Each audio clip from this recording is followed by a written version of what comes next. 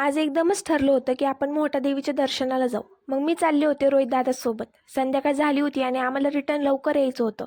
तर जाताना आम्हाला पाऊस पण खूप लागला. आम्हाला जायचं होतं करंजीच्या घाटातून. इथे काही दिवसांपूर्वी म्हणजे 2 दिवसापूर्वी ढगफुटी झाली. खूप पाणी झालं होतं. रस्त्यावर अजूनही काही ठिकाणी पाणी साचलेलं दिसतंय. नदी नाले खूप भरून चाललेले दिसत होते. घाटात छोटे छोटे धबधबे दिसत होते आणि इकडे पाऊस चालू असल्यामुळे खूप मस्त वातावरण झालं होतं. तर ही आहे मोठ्या देवीची सुंदर अशी कमान.